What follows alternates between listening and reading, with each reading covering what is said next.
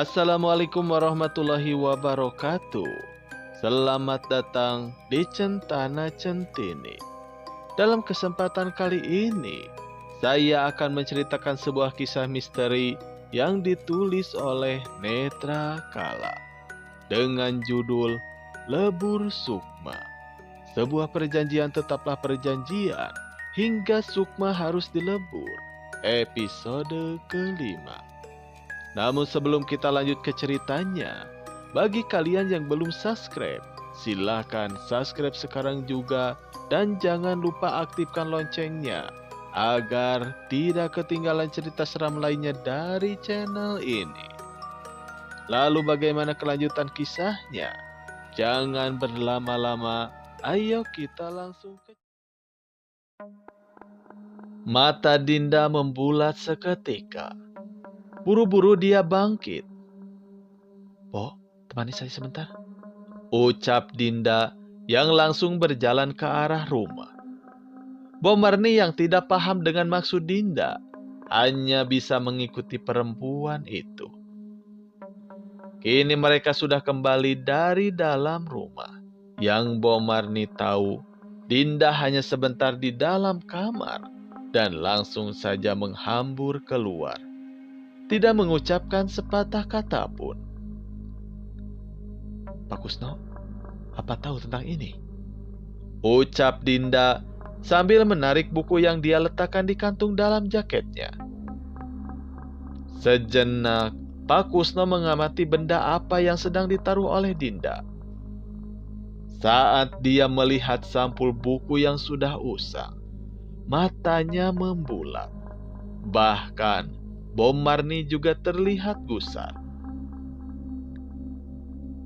"Dari mana kamu mendapatkan benda ini?" tanya Pak Kusno keheranan. "Di tempat ayah, sengaja Dinda mencari-cari petunjuk soal apa yang terjadi di rumah ini tentang masalah Dinda," ucap Dinda. Mereka semua diam. Pak Kusno sedang membolak-balikan halaman yang ada di buku itu. "Apa buku itu milik ibu?" tanya Dinda. Pak Kusno menggeleng. "Tulisan ini bukan milik Ajeng. Ini milik Sukmaji," ucap Pak Kusno yang masih saja membaca isi dari buku itu. "Di sana ada tulisan yang menyebutkan tentang lebur Sukma. Apa itu lebur Sukma?" tanya Dinda yang masih haus akan sebuah kebenaran. Pak Kusno menutup buku itu dan menyerahkan kepada Bomarni yang sedari tadi ikut nimbrung membaca bersama suaminya. Lebur Sukma adalah ritual yang dilakukan untuk menghilangkan hawa keberadaan dari seseorang. Itu maksudnya agar orang yang melakukan ritual itu tidak diketahui keberadaannya oleh para lelembut, jawab Pak Kusno. "Bagaimana caranya?" tanya Dinda. Pak Kusno tersenyum. Dinda benar-benar mirip dengan Ajeng, bahkan naluri keingintahuannya bisa hampir sama dengan putrinya.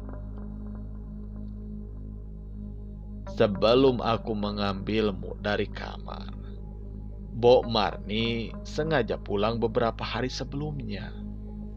Beralasan orang tuanya sedang sakit.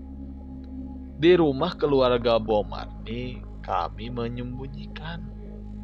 Dan di sanalah kami melakukan ritual lebur Sukma dengan membuat seolah-olah kamu sudah meninggal, mengkapanimu, dan juga mendoakanmu selayaknya orang yang telah berpulang," jelas Pak Kusno. "Dan Pak Kusno mengabadikan itu semua serta mengirimkannya kepada ibu, agar seolah-olah aku sudah meninggal. Kenapa ayah tidak diberitahu?"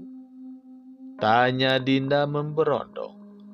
Hatinya begitu pilu. Mengingat ayahnya yang sama sekali tidak diberitahu apapun, dia paham bagaimana rasanya hidup dengan sebuah misteri. "Ayahmu orang yang sembrono," Nyatanya dia sendiri yang hampir saja membuat Sengkolo bebas berkeliaran. Tukas Pak Kusno. Maksudnya? Tanya Dinda keheranan. Kamu sudah lihat kan cermin besar yang ada di kamar Sukmaji? Dari situlah kemunculan Sengkolo. Pernah sekali Ahmad berpikir kalau Sukmaji dalang dari semua ini. Lantas, dia dengan garangnya membawa palu, ingin menghancurkan cermin tua itu. Jika wanita itu tidak ditempatkan di sini, mungkin kalian semua sudah meninggal, ujar Pak Kusno. Siapa sosok wanita itu? Ucap Dinda sambil menunjuk ke arah pohon mangga yang ada di sebelah rumah. Kamu masih bisa melihatnya? Ucap Pak Kusno heran, karena Dinda yang masih bisa melihat sosok wanita itu. Dinda menganggukkan kepalanya. Dia yang sudah memberitahukan Dinda untuk mencari buku itu. Dan sudah beberapa waktu ini, Dinda melihat dia selalu mengelus-ngelus kepala ayah. Ucap Dinda. Pak Kusno terkejut dengan pernyataan Dinda. Tidak menyangka Dinda sudah berlaku sejauh itu. Dia adalah Ratmi, sosok yang mendiami Lembah Pati. Aku dan Sukmaji berhasil membujuknya untuk melindungi keluarga ini, ujar Pak Kusno, yang sekarang terlihat begitu lelah. Dinda memejamkan matanya, mencoba menerima semua informasi yang sungguh di luar nalarnya. Apakah ayah bisa sembuh kalau memang itu gangguan gaib seperti yang Pak Kusno bilang? Tanya Dinda. Secerca harapan muncul di dalam batinnya. Berharap ada cara untuk bisa menyembuhkan penyakit yang sedang diderita oleh bapaknya. Pak Kusno nampak kebingungan. Seperti ada yang tengah diperdebatkan di dalam hatinya. Pak, tanya Dinda sekali lagi. Bapak tidak tahu, Dok. Kita pikirkan lagi nanti. Sekarang lebih baik kamu kembali ke kamar, ucap Pak Kusno sambil melihat ke arah jam tangannya. Dinda nampak kecewa. Sekarang dia sudah mengetahui misteri. Kenapa ibunya sampai tega menaruhnya di panti asuhan? Namun masalah tidak berhenti sampai di situ. Justru sekarang Dinda ingin membuat Ahmad bisa bergerak seperti sedia kala. Selepas kembali ke kamarnya, Dinda tidak langsung tertidur. Dia berbaring menatap langit-langit, memikirkan cerita yang disampaikan oleh Pak Kusno. Baginya, masih ada beberapa bagian yang terlihat aneh.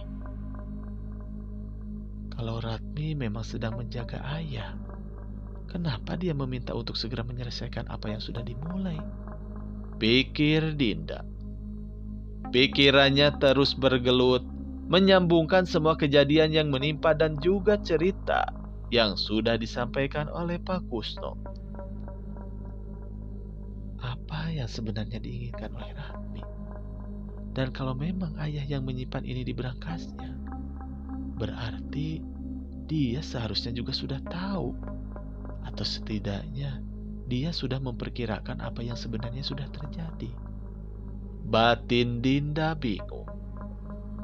Kepalanya sungguh terasa berat. Sesekali dia menutup matanya, mencoba agar bisa terlelap. Pikirnya, setelah dia mengetahui alasan kenapa ibunya sampai hati membuang dirinya di panti, semua akan selesai. Tapi sekarang justru harus dihadapkan dengan masalah di luar nalarnya. Lelah memikirkan semua masalah yang ada. Tanpa sadar, Dinda tertidur. Dung, bangun Dung. Dinda menggeliat. dia mendengar ada suara yang sedang mencoba untuk membangunkannya. "Dong, bangun dong." Sekali lagi suara itu hinggap di telinga Dinda. Beberapa kali ia mengerjapkan matanya. Pandangannya masih terasa kabur. Namun, jelas di depannya kini nampak ada seorang laki-laki yang tengah berdiri. "Eyang," ucap Dinda spontan. Meski dia belum pernah bertemu dengan Sukmaji, tapi seolah dia sudah mengenali siapa laki-laki yang ada di depannya. Sosok itu tersenyum. Nampak sekali bahwa Sukmaji terlihat gagah dengan pakaian beskap Jawa yang tengah ia gunakan. "Maaf ya nak, sudah membuat hidupmu nelangsa. Aku belum bisa membuat ikatan darah dengan lelembut itu lepas. Sekarang aku pasrahkan kepadamu ya Dung," ucapnya sambil berjalan menuju ke arah Dinda. Kini ia duduk di pinggiran kasur. Dinda tidak menjawab ucapan Sukmaji. Matanya masih terus terpancang ke arah sosok yang menurutnya begitu rupawan. "Lelakon ngelebur Sukmawu wes rusak amarga lelakumu karo bocah lanang kae. Iki kabeh salah Eyang. Kudune ana sek ngawasi awakmu." Kembali Sukmaji berkata. Wajahnya terlihat sendu, penuh dengan kesedihan. Dinda tidak paham dengan apa yang diucapkan oleh kakeknya. Bahkan rasanya dia malah tidak bisa mengucapkan apapun. Dinda hanya bisa menatap Sukmaji yang tengah duduk di samping ranjang miliknya. "Lelembut itu sudah tahu kalau kamu masih hidup. Sekarang Eyang titip bapakmu ya. Jangan sampai salah jalan seperti eyangmu ini," ucap Sukmaji lirih. Pandangan Dinda seketika kabur. Sepersekian detik, seolah semua berubah dengan cepat. "Astagfirullah," ucap Dinda saat mendapati dia terbangun dari mimpinya. Perasaannya tidak menentu. Kepingan-kepingan ingatan mimpinya muncul begitu cepat di dalam ingatannya. Dirinya ketakutan. Selain mimpi yang barusan ia alami, suara wayangan itu juga mulai terdengar kembali. Meski terdengar lirih, tapi tetap saja suara itu mengganggu gendang telinganya. Buru-buru Dinda bangkit. Tanpa menunggu kesadarannya pulih, ia langsung bergerak cepat ke arah meja kamarnya, menuliskan setiap detail mimpi yang baru saja ia alami. Suara wayangan itu semakin terasa kencang, seolah sedang ada parade yang tengah mendekati kamarnya. Ketakutan menjalari setiap jengkal tubuh Dinda. Namun, ada hal lain yang juga ikut masuk ke dalam kekhawatirannya. Dinda khawatir dengan keadaan Ahmad. "Tidak usah diperhatikan, tidak usah pergi." Sontak, Dinda terperanjat hebat. Kepalanya menoleh seketika ke arah pintu kamarnya. Sosok Ratmi saat ini tengah berdiri mematung di sana. "Demit itu sedang mencarimu, Dok. Sekarang dia tahu kamu masih hidup. Celakanya sekarang dia tidak hanya menginginkan bapakmu, tapi juga pengen menikahimu," ucap Ratmi dengan suara lirih. Dinda tersentak. Suara wayangan itu semakin kencang terdengar di telinganya. Dia takut dengan sosok Ratmi, tapi rasa penasaran yang muncul di hatinya juga tidak bisa ia bendung. "Laki-laki itu bisa masih hidup karena aku. Kalau sekarang kamu kepingin bapakmu sembuh, kembalikan aku ke tempat asalku, Lembah Pati," kata Ratmi seolah tahu apa yang sedang dipikirkan Dinda. Dalam sekejap mata, sosok Ratmi tiba-tiba saja menghilang. Sedang Dinda yang masih sok kembali terhenyak di bangku yang tadi ia duduki. Suara wayangan yang tadi ia dengar sayup-sayup mulai terdengar menjauh. "Pok, Pak Kusno kemana?" ucap Dinda saat dirinya tengah masuk ke dapur dan mendapati Bok Marni sedang menyiapkan makanan. "Kenapa, Dong?" "Lagi ngurusin taman di samping," jawab Bok Marni penasaran. Nampak sekali raut wajah Dinda begitu cemas. "Semalam Simbo dengar suara wayangan?"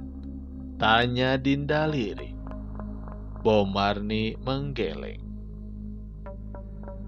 "Setelah mengantarkanmu masuk ke dalam rumah, Simbo langsung kembali ke paviliun. Simbo gak dengar suara apapun, Dok," ucap Bok Marni dengan cemas. "Ratmi semalam datang ke kamar Dinda, Bok," kata Dinda. Lantas dia langsung menceritakan bagaimana Ratmi datang ke kamar memberitahu apa yang sedang terjadi. "Menikahimu?" jawab Bok Marni tercengang. "Tidak mungkin, Din. Seharusnya ritual rebus sukma tidak akan bisa membuat Sengkolo mengetahui keberadaanmu," kata Bok Marni yang sekarang terlihat khawatir. "Ayah sudah bangun, Bok?" tanya Dinda mengabaikan Bok Marni yang tengah berpikir serius. "Belum, Dok. Coba kamu cek, Din." "Belum, Din. Coba kamu cek. Bo panggilkan Pak Kusno dulu," jawabnya sambil berjalan ke arah luar. Dinda langsung saja pergi ke arah kamar bapaknya. Setelah sampai di sana, beberapa kali dia mengetuk. Tapi sama sekali tidak ada sahutan dari Ahmad. Tanpa pikir panjang, Dinda langsung menghambur masuk ke dalam kamar. Dinda menghela napas lega. Ketakutannya tidak terbukti. Ahmad masih terlihat hidup. Lama Dinda memperhatikan bapaknya, memastikan kalau laki-laki itu masih bernapas. Laki-laki itu masih bernapas. Tidak mau mengganggu. Kembali Dinda menutup pintu pelan-pelan. "Apa yang terjadi, Din?" ucap Pak Kusno cemas saat berpapasan dengan Dinda di dapur. "Sudah, mari kita bicara di luar. Biar Simbo bikinkan minuman," ucap Pak Kusno menggiring Dinda ke taman belakang. Cahaya matahari masih belum nampak. Segarnya udara pagi tidak membuat batin Dinda merasa tenang. "Simbo bilang semalam Ratmi menemuimu," kata Pak Kusno saat mereka sudah duduk di bangku taman belakang. Dinda mengangguk. "Semalam setelah Dinda kembali ke kamar, Ratmi memberitahu kalau Sengkolo sudah tahu tentang keberadaan Dinda. Dia mengatakan kalau sekarang ini sosok Sengkolo tidak hanya menginginkan hidup ayah, tapi juga ingin menikahi Dinda." Jelas Dinda tertunduk lesu. Pak Kusno terkesiap, kaget dengan kalimat yang diucapkan oleh Dinda. "Menikahimu? Maksudnya apa, Din?" tanya Pak Kusno. Dinda menggelengkan kepalanya. Dia sama sekali tidak tahu maksud dari Ratmi. "Ratmi mengatakan saat ini ayah bisa hidup karena ada dia. Kalau Dinda menginginkan ayah bisa sehat kembali, dia meminta untuk dikembalikan ke Lembah Pati." "Kenapa bisa seperti itu, Pak?" ujar Dinda. Pak Kusno terlihat gusar. "Seperti yang aku bilang, Ratmi menghalangi Sengkolo agar dia tidak mengambil sukma milik ayahmu. Tapi kenapa dia meminta untuk dikembalikan ke Lembah Pati? Sukmaji sudah membuat perjanjian dengannya. Tidak mungkin dia semata-mata mengatakan seperti itu, ujar Pak Kusno. Tidak bisakah kita memanggil Ratmi, Pak? Semalam sebelum Dinda melihat Ratmi, Dinda bermimpi bertemu dengan Eyang Sukmaji. Dinda mengenalinya dari lukisan yang ada di ruang tamu, ujar Dinda. Kamu bermimpi bertemu Sukmaji? Tanya Pak Kusno. Dinda lantas mengangguk mengiyakan. Sejurus kemudian, Pak Kusno langsung memejamkan matanya. Mimpimu bukan mimpi biasa, Ndung. Apa pesan dari Sukmaji? Tanya Pak Kusno beberapa saat kemudian. Dinda langsung menceritakan kepada Pak Kusno tentang mimpi yang dialaminya. Beberapa kali terlihat Pak Kusno menghela napasnya dalam-dalam. Banyak hal yang bisa membuat ritual lebur sukma itu rusak. Salah satunya adalah dengan melakukan hubungan di luar pernikahan. Apa Dinda sudah pernah melakukan itu? Tanya Pak Kusno lunak. Dinda terdiam. Matanya berkaca-kaca. Seketika Dinda teringat dengan Adit. Dinda sebentar lagi mau menikah, Pak. Dinda sudah pernah melakukan dengan calon suami Dinda. Ucap Dinda berat. Seketika Pak Kusno terlihat lemas. Semua sekarang sudah jelas. Seharusnya dengan kembalinya Dinda ke tempat ini, tidak akan langsung membuat Sengkolo mengetahui keberadaan cucunya. Pantas, Ratmi meminta kembali ke Lembah Pati. Maafkan Dinda, Kek. Ucap Dinda sayu. Dia benar-benar tidak menyangka apa yang sudah diperbuatnya bisa membahayakan dirinya dan bapaknya.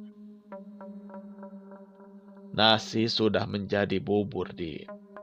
Sekarang yang harus kita lakukan adalah mencoba berkomunikasi dengan Ratmi. Hanya dia yang bisa membantu menahan Sengkolo. Dengan perginya Ratmi, jelas akan membuat Ahmad bisa berjalan kembali. Tapi dengan itu semua, dia tidak akan bisa melindungi kalian. Ucap Pak Kusno sembari menghembuskan asap rokok dari mulutnya. Dinda tahu laki-laki yang ada di depannya sedang memikirkan cara untuk bisa membuat Dinda selamat. Dulu aku sudah memberitahu Sukmaji untuk tidak menyerang api dengan api. Tapi omonganku tidak pernah dia dengarkan. Sekarang justru malah menjadi bumerang buat kita di sini. Lanjut Pak Kusno. Matahari sudah mulai nampak jelas sekarang. Sinarnya mulai menembus kabut dan menerpa hijaunya dedaunan di sekitar mereka. Apa yang harus dilakukan, Pak? Ucap Dinda lirih. Saya juga tidak tahu, Din. Yang harus kita lakukan saat ini adalah mencoba untuk berkomunikasi dengan Ratmi. Soal Ahmad jangan sampai dia tahu. Dengan kondisinya sekarang hanya akan membuat keadaannya memburuk. Nanti malam kita coba panggil Ratmi. Ucap Pak Kusno yang langsung pergi menuju ke arah Papiliun. Dinda berjalan lesu ke arah rumah. Rasa bersalahnya muncul saat tahu banyak pengorbanan yang dilakukan oleh orang-orang terdekatnya. Seharusnya aku tidak melakukan itu semua, ucap Dinda mengingat apa yang sudah dilakukannya dengan Adit. Kenapa sedih seperti itu, Ndung? Tanya Bom Marni yang mendapati Dinda tertunduk lesu. Menyadari kehadiran Bom Marni, Tanpa pikir panjang, Dinda langsung memeluknya, menumpahkan segala perasaan yang berkecamuk di dalam batinnya. Sudah, tidak ada yang perlu disesali, seperti yang diucapkan kakekmu. Nasi sudah menjadi bubur.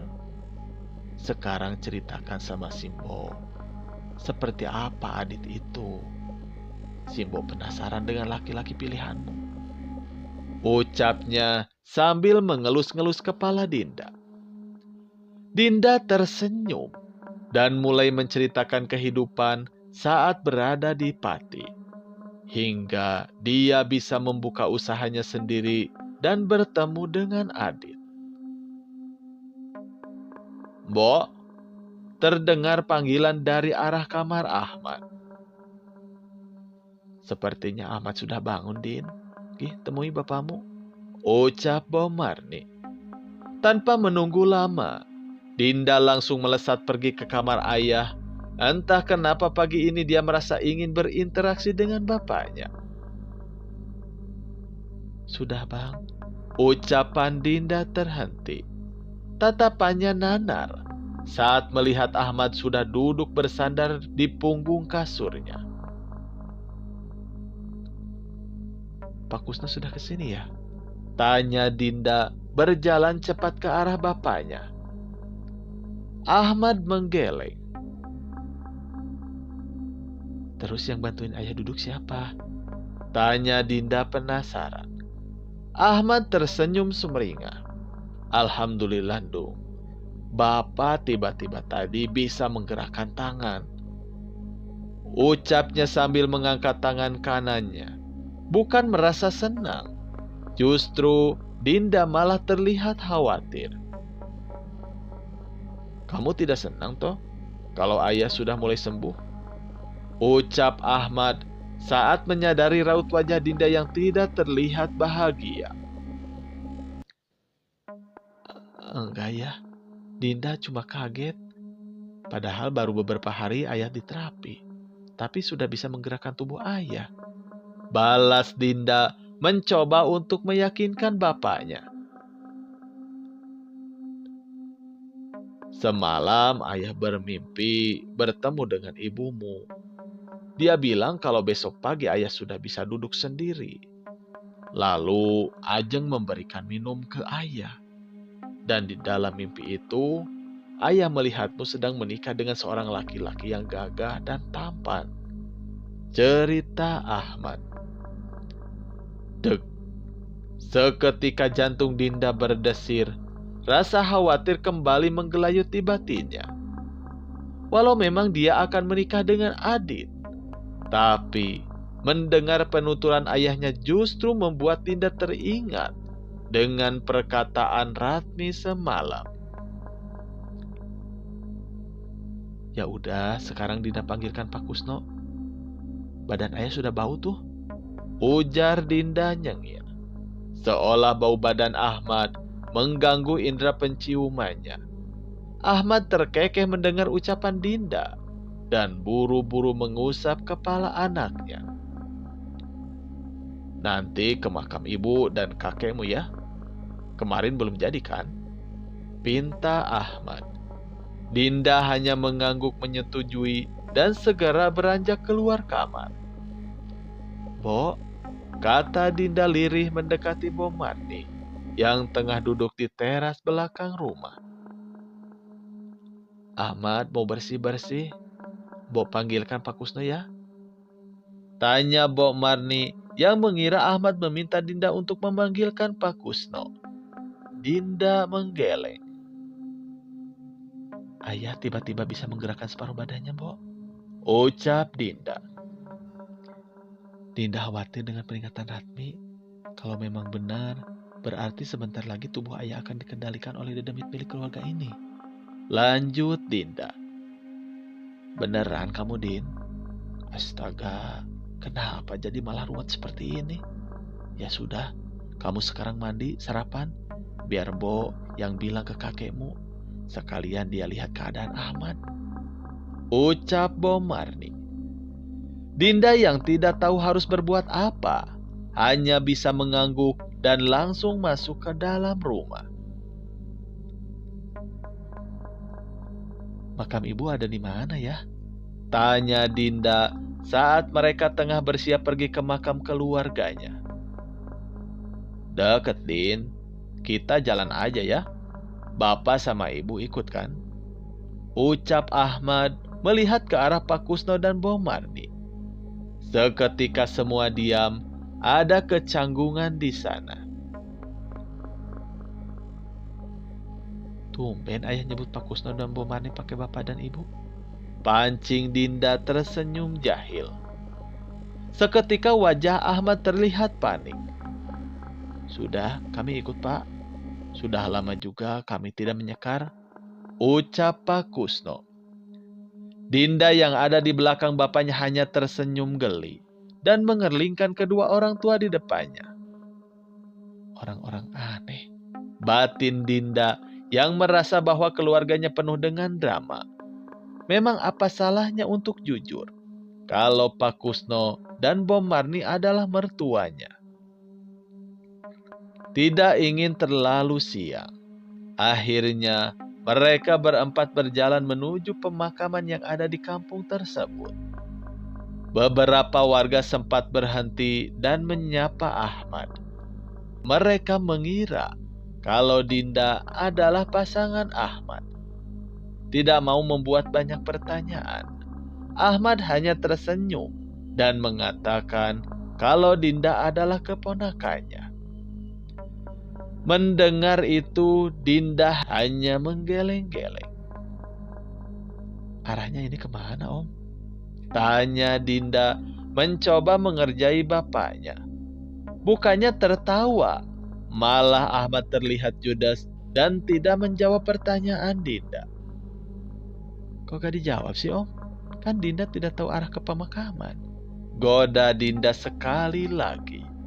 Di sisi kanan kirinya Pak Kusno dan juga Bok Marni cengar-cengir melihat kelakuan Dinda.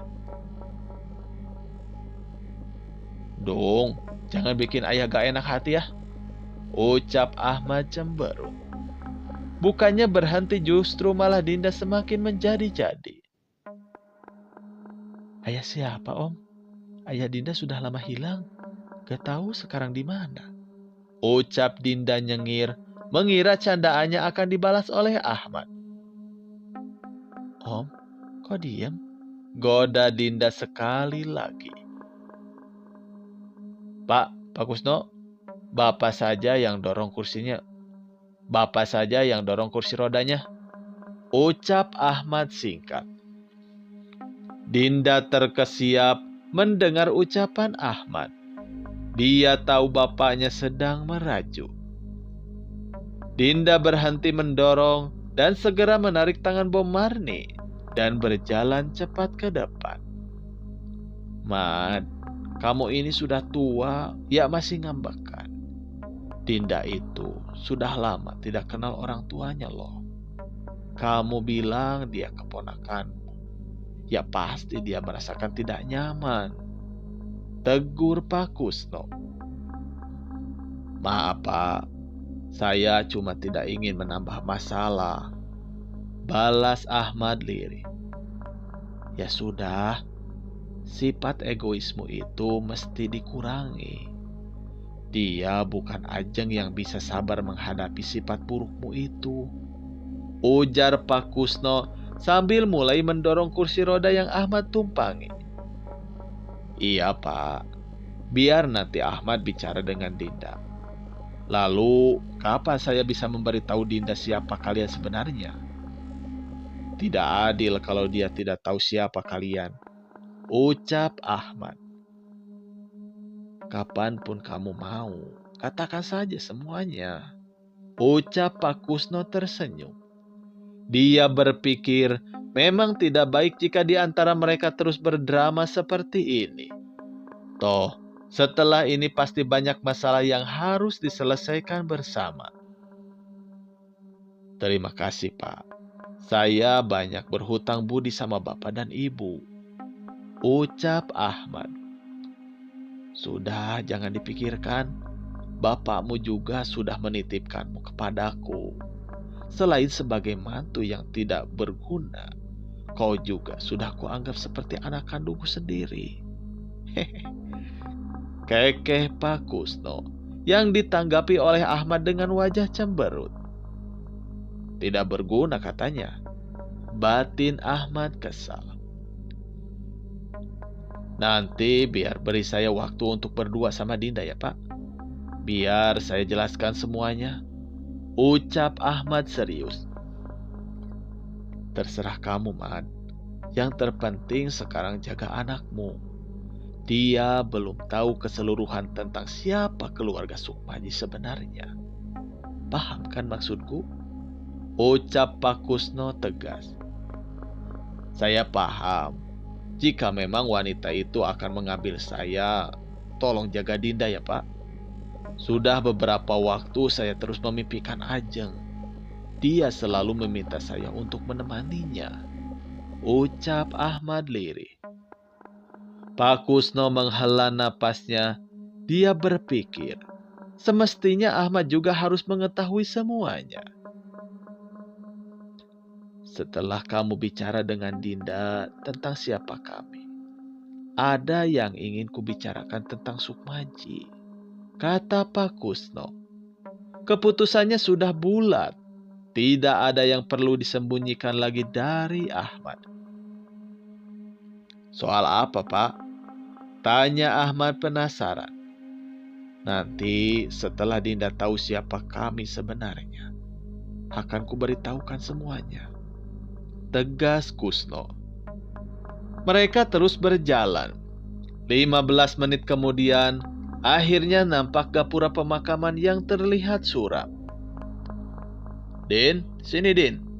Panggil Ahmad saat mereka mulai memasuki area pemakaman.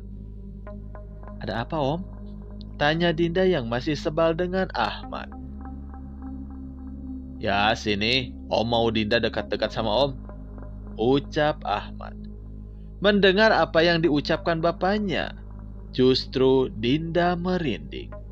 Merasa sedang dipanggil om-om hidung belang. Geli tahu ya? Sungut Dinda saat berada di samping Ahmad. Ya kamu panggil ayah pakai sebutan om. Ya udah, kan emang itu kepinginanmu. Ucap Ahmad terkekeh. Ingin sekali dia melihat Dinda sewaktu kecil. Melihat tingkah menyebalkannya. Sudah di sini saja Pak. Ucap Ahmad berbicara dengan Pak Kusno. Bunganya mana Pak? Lanjut Ahmad. Loh, ya belum balik Pak. Ujar Pak Kusno polos. Dia sebenarnya tahu kalau Ahmad sedang mencoba untuk berduaan dengan Dinda dengan beralasan mencari bunga. Loh, tadi saya kan sudah bilang, beli bunganya di tempat Pak Malik. Kirain sudah dibelikan. Ucap Ahmad dengan nada mulai meninggi. Sudah ya, gak pakai bunga juga gak apa-apa kan? Tengah Dinda yang tidak mau melihat ayahnya marah-marah kepada Pak Kusno dan juga Bom Marni. Ahmad memandangi Pak Kusno seraya mengedipkan matanya. Saya permisi beli bunga dulu ya. Cuma di depan situ kok. Bapak sama Dinda tunggu di bawah pohon itu saja. Biar gak panas. Ayo Bu. Kata Pak Kusno yang langsung menggandeng Bom Marni. Ya, kan gak perlu seperti itu sama mereka. Kasihan loh Pak Kusno sama Bu Marni. Ucap Dinda melihat punggung kedua orang tua itu menjauh. Maaf ya, sengaja ayah meminta mereka pergi. Ada yang ingin ayah sampaikan sama kamu. Ucap Ahmad. Dinda terdiam, memandangi Ahmad lekat-lekat. Bicara apa ya? Tanya Dinda penasaran. Kamu ingat, waktu ayah bilang kalau semua akan dijelaskan oleh Pak Kusno dan Bom Marni. Waktu kamu tanya kenapa ibu bisa sampai menaruhmu di panti. ujar Ahmad. Dinda mengangguk mengiyakan. Memangnya Dinda tidak penasaran siapa orang tua dari ibumu? Tanya Ahmad, memandang putri semata wayangnya. Ya penasaran, tapi kan ayah bilang nanti. Dinda pasti tahu semua. Ya sudah, kalau sudah waktunya pasti juga nanti ayah cerita. Ucap Dinda yang mulai mengerti arah pembicaraan ayahnya. Dia tidak mau memberitahu Ahmad kalau sebenarnya ia sudah tahu kalau Pak Kusno dan Bom Marni adalah orang tua ibunya. Dinda memperhatikan Ahmad lekat-lekat, menunggu apa yang ingin disampaikan oleh bapaknya itu.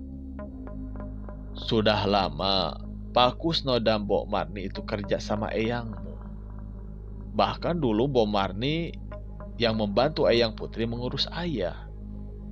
Singkatnya, saat ayah berumur 24 tahun, tiba-tiba saja eyang kakung meminta ayah untuk menikahi perempuan.